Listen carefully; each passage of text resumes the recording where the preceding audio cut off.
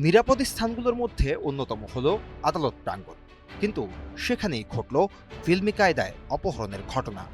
গেল বুধবার ৮ জুলাই সকালে নরসিংদী আদালতে একটি চেকের মামলায় হাজিরা দিতে যান ফরিদপুরের ব্যবসায়ী লিখন তালুকদার। হাজিরা শেষে বের হওয়ার সময় ঘটে বিপত্তি। কথিত কন্টেন্ট ক্রিয়েটর মাসুদ রানা বাবুলের নেতৃত্বে একদল সন্ত্রাসী জোরপূর্বক তুলে নিয়ে যায় লিখনকে। একটি গোপন কক্ষে আটকে রেখে চলে বর্বর নির্যাতন। দাবি করা হয় ১০ লাখ টাকা মুক্তিপণ।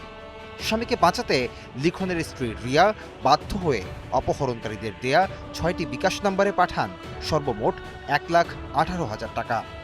টাকা পেয়ে প্রাণনাশের হুমকি দিয়ে ছেড়ে দেয়া হয় লিখনকে। এ ঘটনায় কন্টেন্ট ক্রিয়েটর মাসুদ রানা বাবুলকে প্রধান আসামি করে ৭ জনের বিরুদ্ধে নরসিংদী মডেল থানায় মামলা দায়ের করেছেন ভুক্তভোগী ব্যবসায়ী লিখন তালুকদার। তবে মামলার পরও এখনো পর্যন্ত কাউকে গ্রেফতার করতে পারেনি পুলিশ।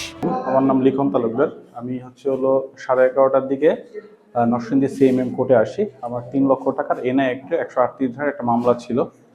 তো ওই মামলা আজকে আমার হাজিরা ছিল। তো আমি হাজিরাটা দেওয়ার পরে যখন হলো কোর্ট চত্বর থেকে বের হওয়ার পরে পাশ থেকে আমার সজীব, তারপরে হলো শরীফ এবং আরও একজন অজ্ঞাতনামা, আমি ওনার নামটা বলতে পারতেছি না, উনি হলো আমাকে 2টা হাত পাকড়াও করে বাইরে নিয়ে যায়। বাইরে নিয়ে যাওয়ার পরে আমি ওখান থেকে বাবুল কামাল নামে, তাদের গলায় অপরাধ জগৎ না এই টাইপের একটা টিভি, অপরাধ কণ্ঠ, আর হলো হাতে ছিল এশিয়ান টিভির একটা মাইক্রোফোন, এটা সহ ওনারা বলে ডিবি পরিচয় দেয় যে আমরা ডিবি অফিস থেকে আসছি। আমাকে ওরা একটা কক্ষে নিয়ে যায়। তো কক্ষে নেওয়ার পর আমাকে প্রচণ্ড, প্রথমে ওখানে নেওয়ার পরে কি হয়েছে, কেন কি হয়েছে এগুলো কোনো কিছু না জিজ্ঞেস করে আমাকে প্রচণ্ড মারধর করে। মারধর করার পর একটা পর্যায়ে যা আমি আমার জ্ঞান হারাই ফেলি। জ্ঞান হারানোর পরে দেন আমি যখন সুস্থ হই, সুস্থ হওয়ার পরে ওরা আমার ফোন দিয়ে আমার সহধর্মিণীকে ফোন করে এবং ওই ফোনে লাইনে থাকা অবস্থায় ওরা প্রচণ্ড মারধর করে।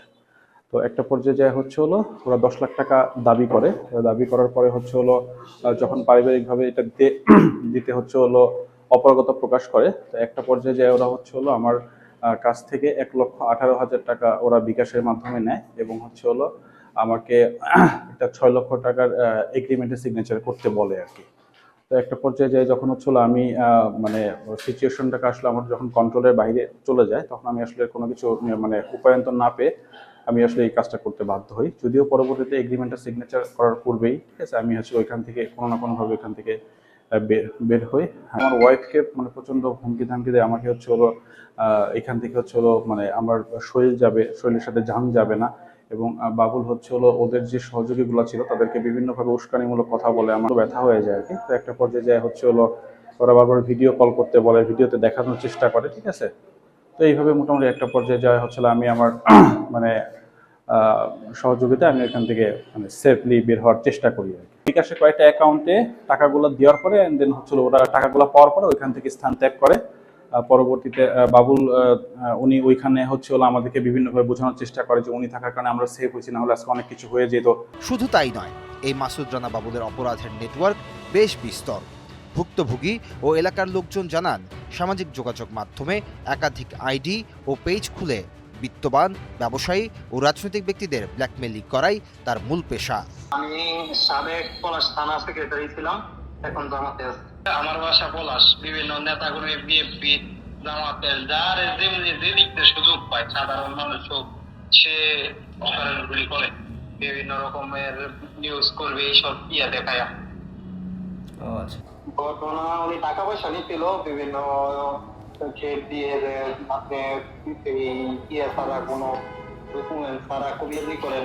উনি হুজুরে আপনার এটা তো আর কোনো লাগে না যে তার করতে, আর ওই বিভিন্ন রকমের দেখাইছে, দেখায় পরে টাকা পয়সা নিছিল। টাকা পয়সা সম্ভবত ৫০,০০০ টাকা নিতে 2বারে। অভিযোগের বিষয়ে বক্তব্য জানতে অভিযুক্ত মাসুদ রানা বাবুলের সঙ্গে একাধিকবার যোগাযোগের চেষ্টা করা হলেও তার মোবাইল ফোন বন্ধ পাওয়া যায়।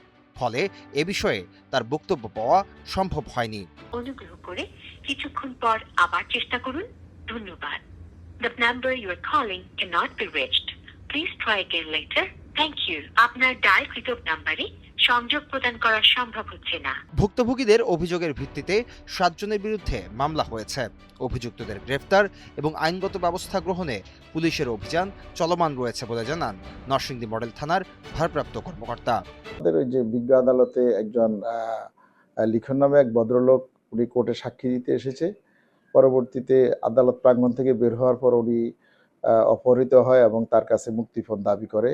সে বিষয়ে আমরা অভিযোগ পাওয়ার পরে তাৎক্ষণিকভাবে আমরা আইনগত ব্যবস্থার মাধ্যমে আমরা মামলা রুজু করে থাকি এবং আসামি 7 জনের বিরুদ্ধে অত্র মামলা রুজু হয়।